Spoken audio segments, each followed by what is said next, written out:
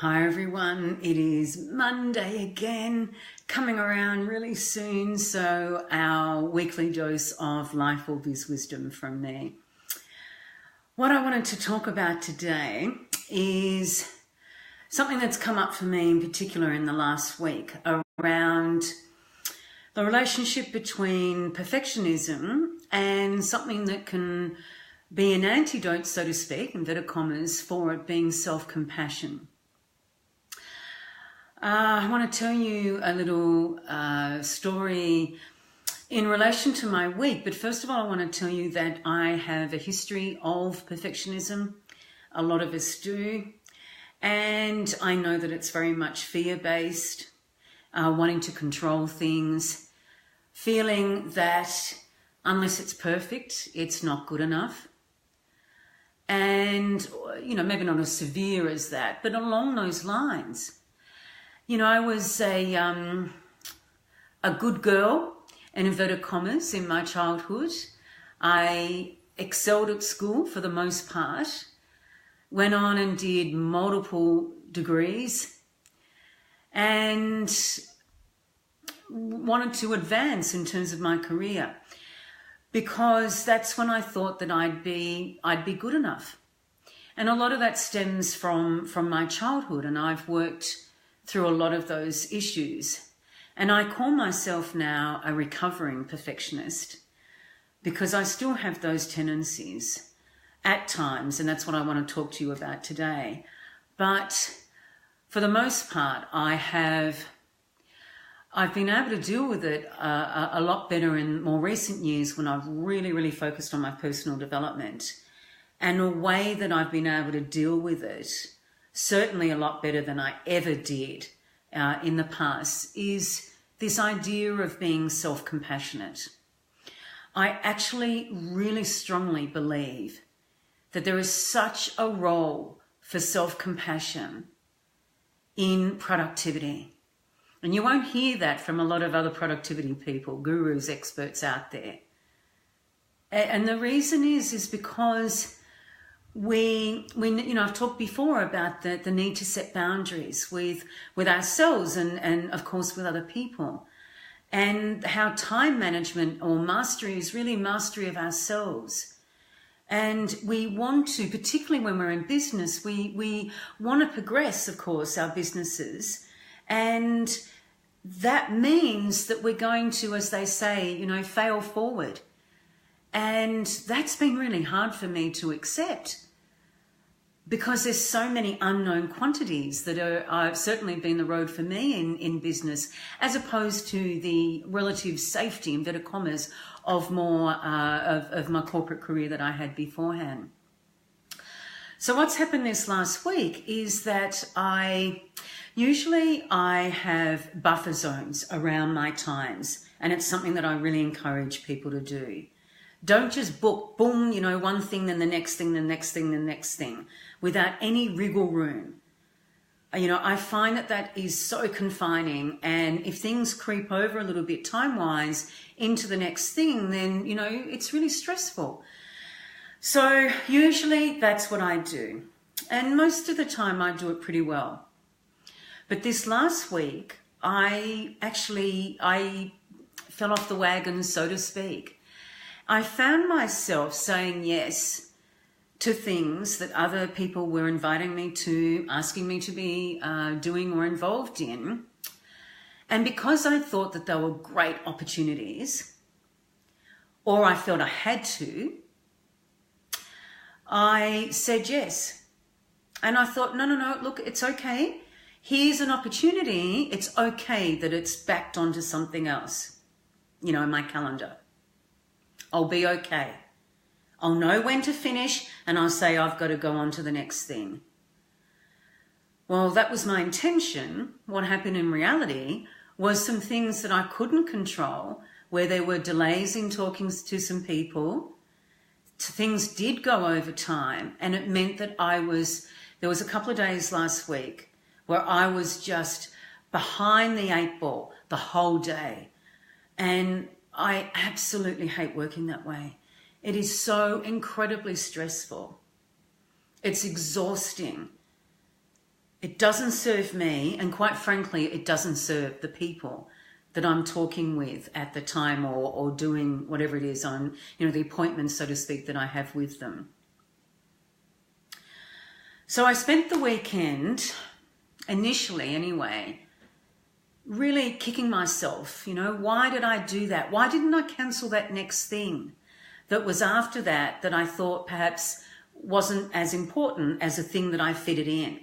Because pretty much all the time, if I've already got a reasonably full calendar, something has to be pretty good before I'm going to squeeze it in. Or I get rid of something else so that it can take its place. What happened last week was I didn't feel that there was anything that I could actually let go of, and I tried to squeeze these extra few things in. So I then was, as I said on the weekend, kicking myself that, hey, I should have let that other thing go.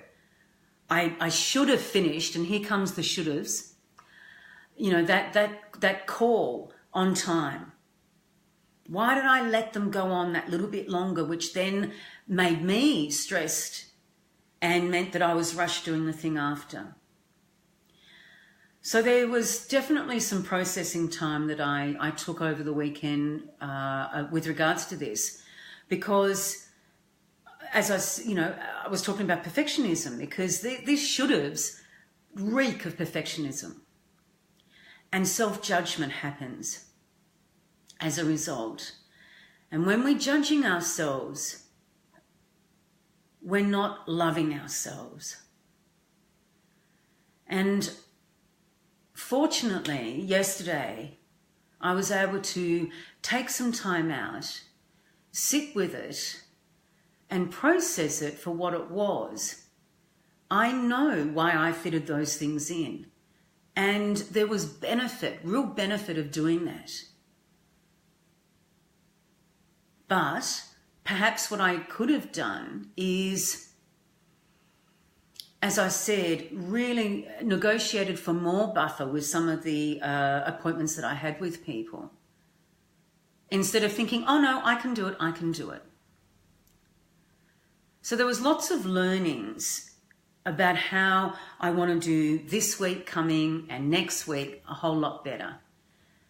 I thought I was actually really good at managing my diary. I mean, this is the business that I'm in, is productivity. But every now and again, it doesn't work for me. It trumps me up, trips me up. And I did, as I said, initially go to my what is pretty much my default, or has been for a lot of years, in that self-judgment and that perfectionism. Until I was, as I said, able to take the time yesterday and instead look at it from a compassionate angle and saying, these are the reasons why I thought I was doing the right thing. I came from a loving space with doing it. It didn't work out the best that I would have liked it to, from the point of view of how stressed I felt internally. The results of the meetings and that sort of thing were okay, but it's how I felt, and that's really important to me. I don't want to be working my days stressed to the hilt. So I had to forgive myself, and that's where the self-compassion comes in. And so, as I said, I spent yesterday processing it. I'll often talk to myself out aloud. I don't care if anybody's listening. I mean, I live predominantly by myself, so it's a bit easier. But I find that really helps. I have to verbalize. I journaled and really forgave myself and realized and identify clearly what the learnings were and how I can take it forward.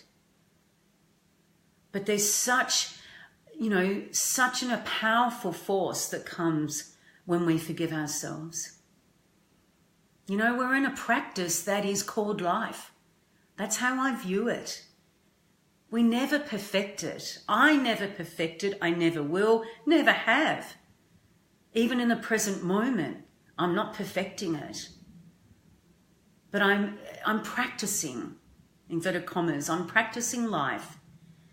And I'm practicing self-forgiveness and self-compassion. So that's what I want to be able to give to you as my gift for life or biz wisdom for this week. And that is to really examine where the areas might be if you're prone to perfectionism, understanding the good intent for, what's behind that.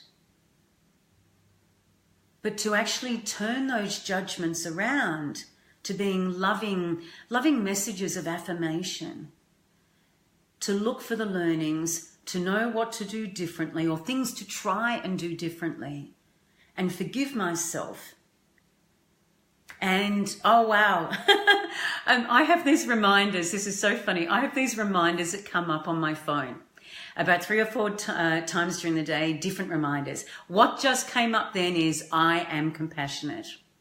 I swear, if I could take a photo, I would show you.